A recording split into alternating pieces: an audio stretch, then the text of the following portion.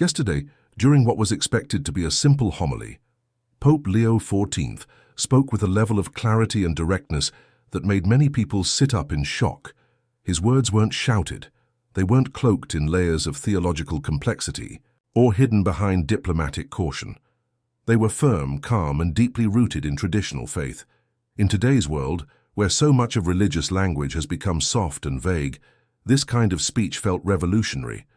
For those who had grown used to messages that could be interpreted in multiple ways, Pope Leo's statement came like a thunderclap in the silence. His words focused on the family and marriage, and he said something that would once have been taken as completely normal but today sounds almost rebellious. He said with calm certainty that marriage is not an ideal. That simple phrase immediately sent shockwaves through the church, because in those few words, Pope Leo made a powerful declaration. Marriage is not just something we aim for or talk about as a goal. It is not a lofty dream that only a few can hope to experience. It is a real living bond. It is the ordinary path of Christian love, and it is the foundation of civilization. This truth, spoken so clearly, shook many people deeply. What followed made his position even clearer. Pope Leo said that marriage is the measure of true love between a man and a woman. He described this love as total, faithful, and fruitful. He wasn't offering a poetic thought or a hopeful idea. He was giving a definition. He was stating doctrine. And in today's church climate, where many are afraid to say anything definite about marriage, this was a bold move. Many were caught off guard because they had come to expect uncertainty, hesitation, and soft phrases like, "We must be open," or "We need to consider new ways." But here was a pope who said plainly what marriage is. No ifs, no buts, just truth. This directness continued. He reminded everyone that marriage is not a distant ideal, but a concrete, powerful reality. He said that the world today needs marriage in order to truly know and welcome the love of God. And through the power of this love, the family can overcome the forces that destroy relationships and societies. In short, Pope Leo was saying that marriage is not just a private relationship between two people.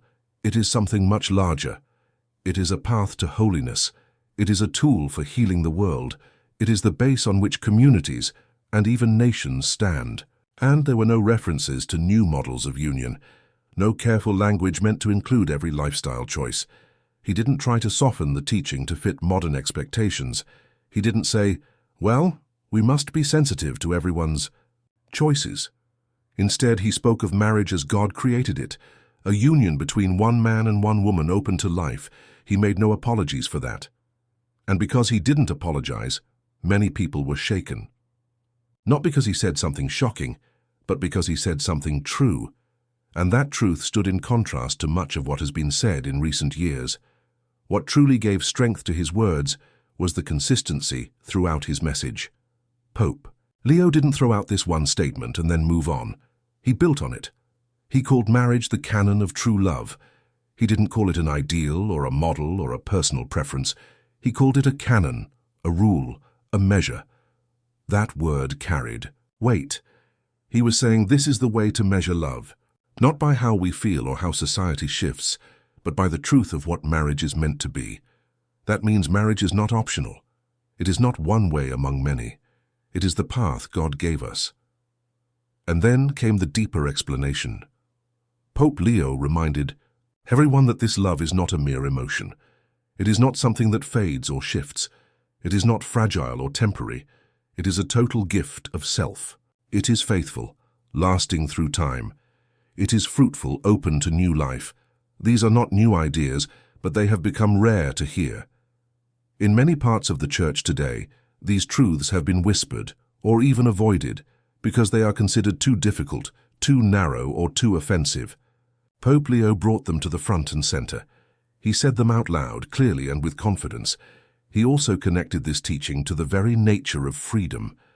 In our world, freedom is often understood as the ability to do whatever we want, but Pope Leo gave a different view.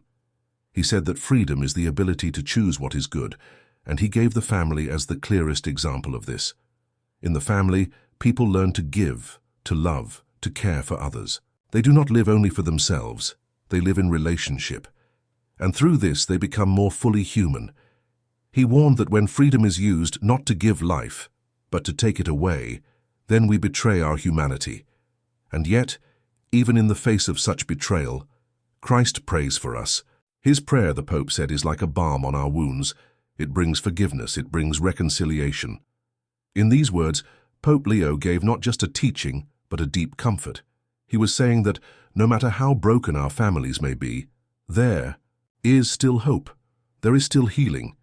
But that healing does not come from new ideas or from changing the truth. It comes from returning to the truth and letting it reshape our lives.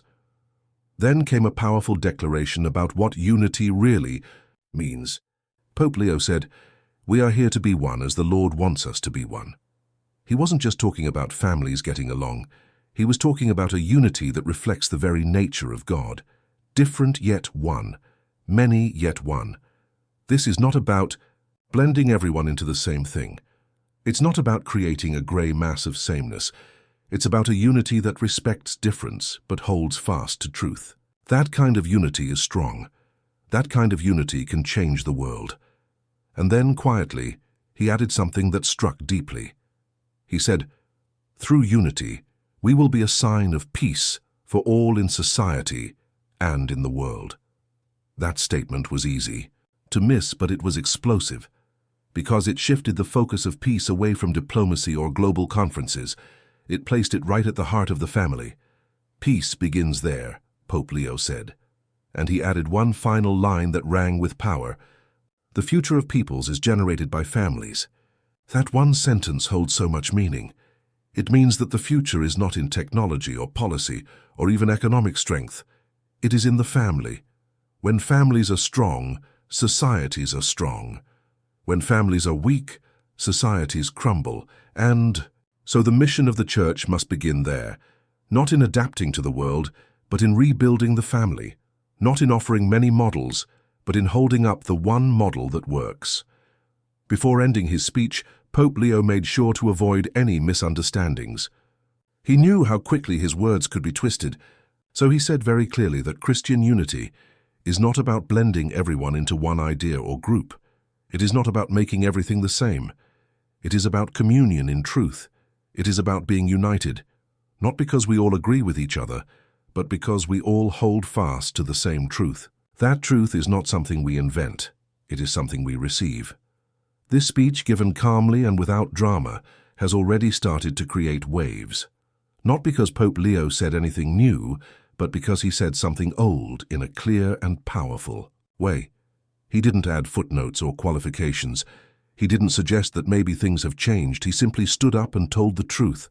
And that, in our times, is a rare and precious thing. His words are a sign of hope for many, because they show that there are still leaders in the Church who believe in speaking plainly. There are still voices who are not afraid to say what is true, even when it is hard. But this speech is not enough on its own. Words, even powerful ones, must be followed by action. There must be consistency. There must be courage. There must be a commitment to walk this path, even when it is difficult. Pope Leo has opened a door. He has shown what is possible. Now it remains to be seen whether others will follow. Will bishops and priests echo his words? Will families be strengthened? Will the Church return to its roots, not to stay in the past, but to find the strength to move forward? If the answer is yes, then this speech may mark the beginning of a great renewal. But only time will tell. What is certain is that for one moment the truth was spoken with clarity. And that moment gave many people a reason to hope again. If you believe in this truth, if these words speak to your heart, then let them guide your actions. Let them shape your family, your relationships, your way of loving. Let them remind you that the truth is not something to be feared, but something to be embraced. And above all, let them remind you that in the family we find not just love, but life itself. Amen. God bless you.